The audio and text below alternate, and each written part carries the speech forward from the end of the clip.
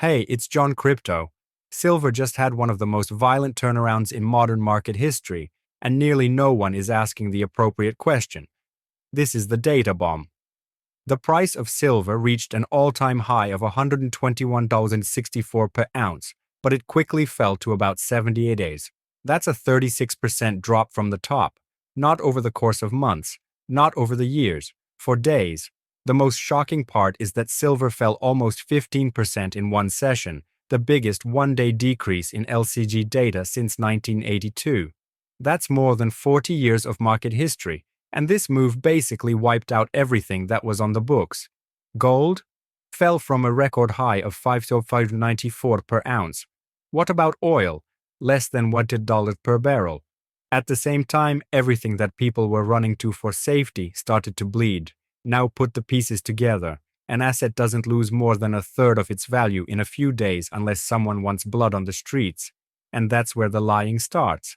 The mainstream media is already doing everything it can to fix the damage. They say it's just volatility. People are calling it aftershocks from record highs.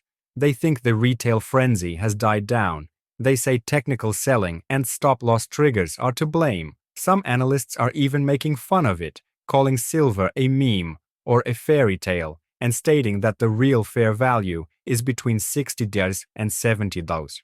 In other words, they want you to think this was a coincidence. They want you to think this was normal. They want you to think that no one was in charge. That's not true, because what just happened to silver is exactly what has happened in every planned market crash in history. Here's the truth they don't want you to see. This wasn't a sale. This was an occurrence that prompted liquidation, a standard 4-step financial plan. Step 1. Raise the price straight up. In 2025, silver prices climbed by 147%. Straight up, parabolic, headlines all over the place. There were a lot of memes, price targets, and moon charts on social media. Step 2. Get the best retail. Go beyond $100, then $110, then $120. Every breakthrough brings in more FOMO, more power, more people who think they're first when they're really last. Step 3. Start stops in thin liquidity. You wait for a calm session. You throw away paper. You break the order book. The initial wave hits stop-loss orders. That makes margin calls happen. That makes liquidations happen. That starts a chain reaction. Step 4. Gather physical supplies while people are panicking. People buy things off exchange while everyone else is looking at red candles. No news, no graphs, only trucks, vaults, and private dealings. This is how huge money changes its position. First, they get rid of leverage. Then they reload the physical, and the amount of it shows that. Because even while the price was down, the volume of COMEX paper was rising. Contracts are flying all over the place. In just a few hours, billions of dollars in silver changed hands. But here's the issue. There wasn't any actual silver moving. There were no more physical vendors. Delivery times were getting longer. The premiums stayed high. APMEX, one of the major bullion dealers in the world, has to set emergency limits. You have to sell back for at least $20,000. You have to spend at least $500 to buy. Think about that. If the market really crashes, everyone should be selling metal. There should be a lot of supply on the market. Dealers should be begging for stock. They were instead rationing. That tells you all you need to know, because what was really being traded wasn't silver. It was claims on silver, contracts on paper, synthetic ounces, digital IOUs. There were hundreds of paper ounces sold for every actual ounce that exists. The price fell, but the metal never moved. That's not a market. That's a stage. Now look at what happened to them. Store.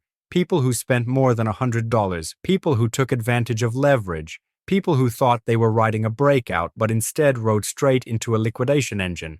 Long positions were wiped out. Margin accounts disappeared. Stop losses went off at the worst possible time. And while that was going on, smart money was doing the exact opposite. They didn't sell because they were scared. They made the panic happen. They threw away paper. They broke the price. They pushed feeble hands out. Then they quietly stepped in and bought tangible things off the market, away from charts, headlines, and you. While social media was saying this silver is a death trap, the doors to the vault were opening. This script is the same every time. 2008. Gold collapses before a bull market that lasts for years. 2020. Silver goes up to $11, then goes up 3 times in 5 months. FTX. Fake liquidity falls apart and real assets vanish. Different things of value, same predators. Because this system doesn't pay off for being patient, it gives benefits for control. And the people that have control don't trade on your screen. They do business in warehouses. They do business in vaults. They make deals in private that never become public price discovery.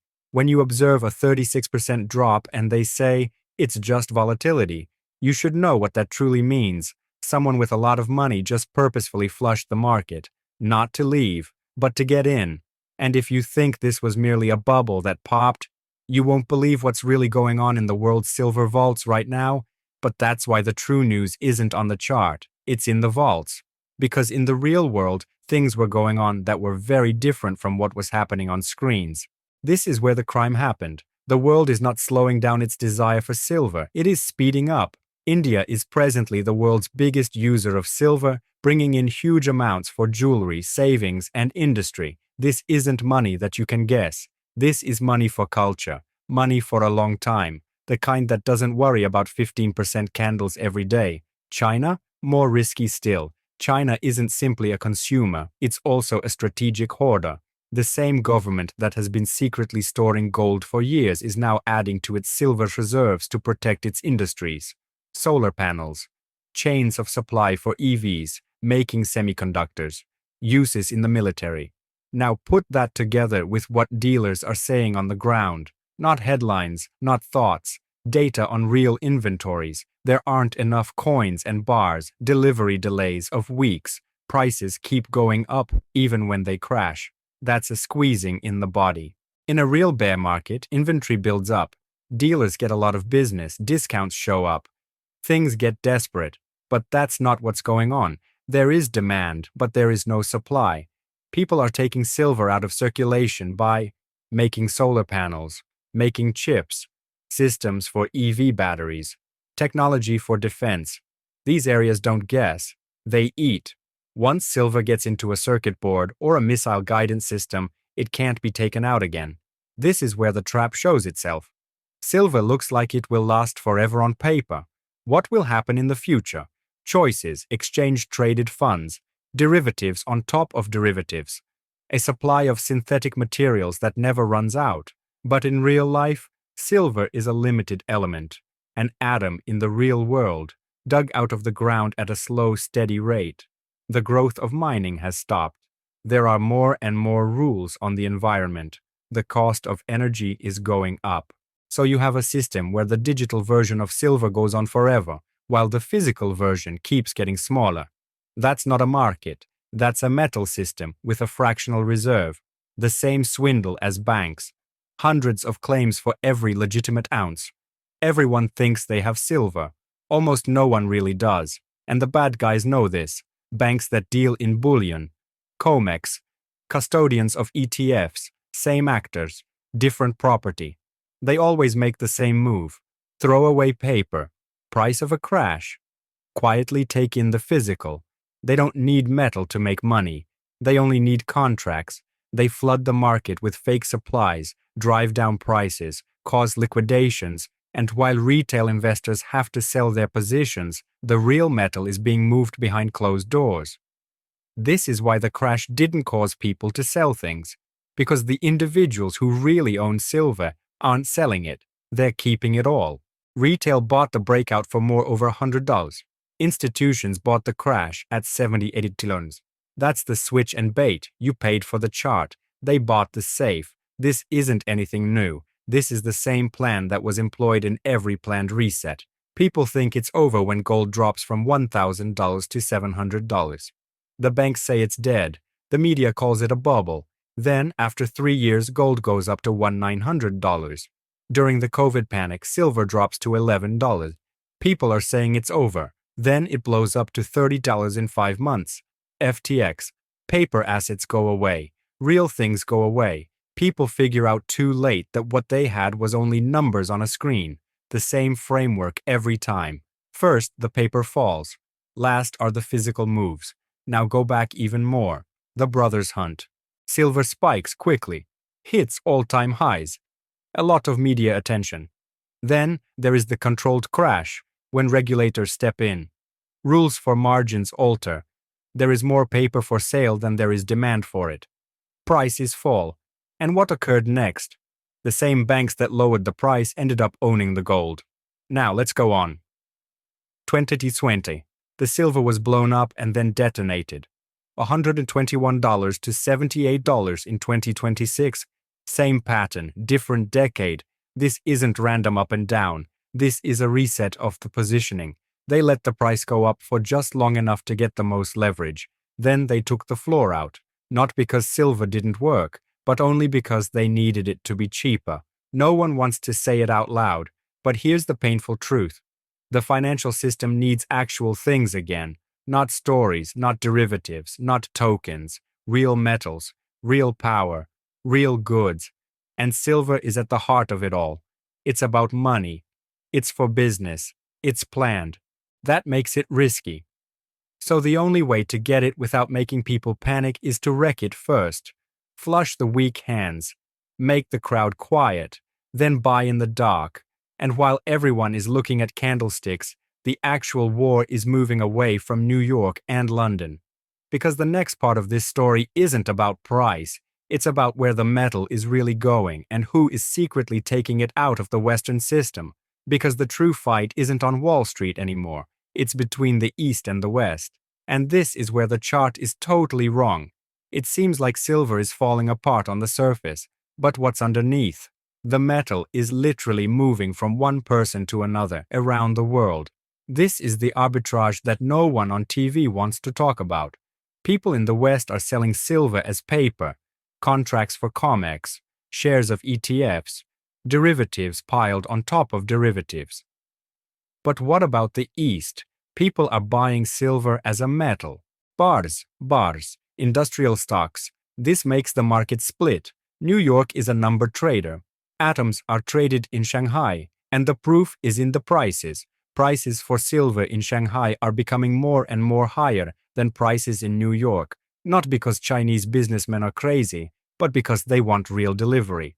When a market pays more for tangible goods than for futures, it signifies one thing. The pricing on your screen isn't real. It is a charge for accounting, a reference on paper, an artificial illusion. The real price is what you have to pay to get the metal, and that price is increasing. China isn't only buying silver to make money. China is making strategic metal reserves. It did the same thing with oil, just like it hoarded copper. In the same way, it kept gold, because China knows something that the West forgot. You can't keep an empire going by borrowing money forever. You need things eventually. And silver is really important. Now things get even worse. Retailers aren't the largest buyers in this sector. They are not hedge funds, not even companies. You can't see them. Banks in the middle, funds for sovereign wealth, big companies that work with governments. These groups don't buy things on exchanges. They don't put in limit orders. They don't show up in volume profiles. They build up outside of the exchange. They build up outside of the market. They build up without any price discovery.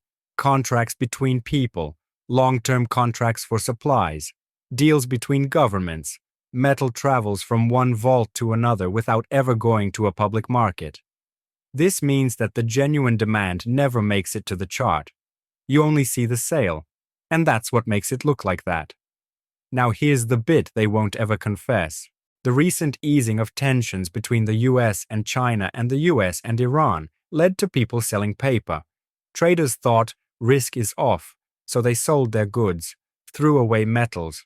Inflation hedges were thrown away. But geopolitics on paper and in real life are two very different things. Even though politicians grin for the cameras, the supply chain is still messed up. The growth of mining is slowing down. Finding new silver is hardly common. Environmental rules are making it hard to make things. The cost of energy is going through the roof. The cost of labor is going up. You can't merely turn on silver production. It takes a long time to build a mine. It costs billions of dollars. And most silver isn't even mined directly. It's a byproduct of mining other metals like copper and zinc. So even if demand goes up by a factor of 2, supply can't keep up. That's not a problem that happens again and over again. That's a trap in the structure. Now pull back.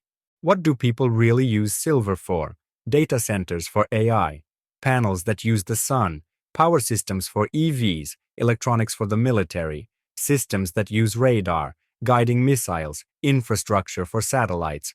People don't want jewelry. This is what civilization wants. And all of these areas are growing at the same time. That's what makes this cycle different from others. In 1980, silver was largely used for money. In 2008, silver was largely about money. Silver is financial, industrial, and strategic in 2026. 3 times the pressure, 1 supply. This leads to the story of the replacement, because silver is slowly changing into something more than just a product. It's turning into business money, an asset that doesn't favor one side, a resource that isn't political, a hedge against every currency in the world. The currency loses value as debt rises. Inflation destroys bonds, but digital assets are put in cages by the law. Silver is not part of the system. No risk of a counterparty, no risk of default, no algorithm. Only metal. That's why the East is getting more of it. That's why central banks are keeping an eye on it. That's why big companies are locking in their supplies years in advance. Because silver isn't only a way to keep your money safe anymore. It protects sovereignty. The free market goes away when a resource becomes crucial. It becomes a valuable asset for national security. That means traders don't set the price anymore. Whoever needs it the most sets it. And that brings us to the part that no one is ready for emotionally. This isn't just about silver, though. This is about what happens when people find out that the whole world's financial system is based on promises. Because when you zoom out far enough, you see that silver isn't the tail anymore. The story is about the financial system falling apart, and silver just so happens to be in the blast zone. Look at the money you owe.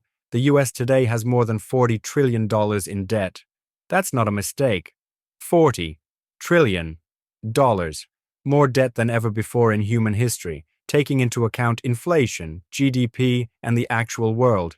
Japan. Worse yet, the bond market in Japan is practically breaking down under its own weight. To keep yields from going over the roof, the Bank of Japan has had to buy its own government debt. That isn't a market anymore. That is a machine that keeps people alive. Europe, drowning in sovereign duties. China. There is hidden leverage in shadow banking, emerging markets, dollar-denominated debt that could blow up at any moment. The whole world is addicted to leverage, not growth, not productivity, not new ideas. Debt. Take out a loan to pay off old debt, print to pay for interest, make new bonds to fill in previous gaps. This isn't about money. It's the economics of Ponzi schemes. Now here's something that no one in power wants to say. There are just 2 viable choices remaining for the Federal Reserve. Option 1. Increase rates. The cost of living goes lower. The currency becomes stable. But the system falls apart. With $40 trillion in debt, even a slight hike in rates equals trillions of dollars in more interest. Governments run out of money. Banks go up in flames. Housing prices drop. Markets fall apart. Option 2. Print. Stop rates.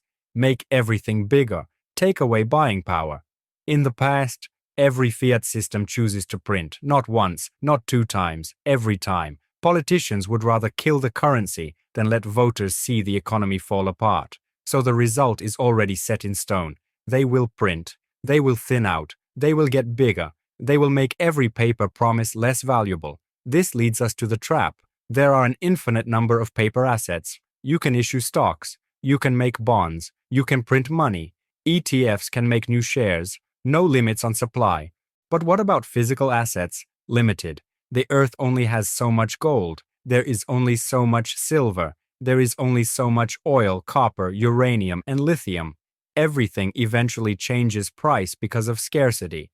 Not income, not stories, not speeches from the central bank. Lack. And silver is one of the few assets that sits at the crossroads of all the pressure points: hedge against money, need for industry, resource that is important for the long term. That's why the math gets hard very quickly. Gold is worth about $5,500 an ounce right now.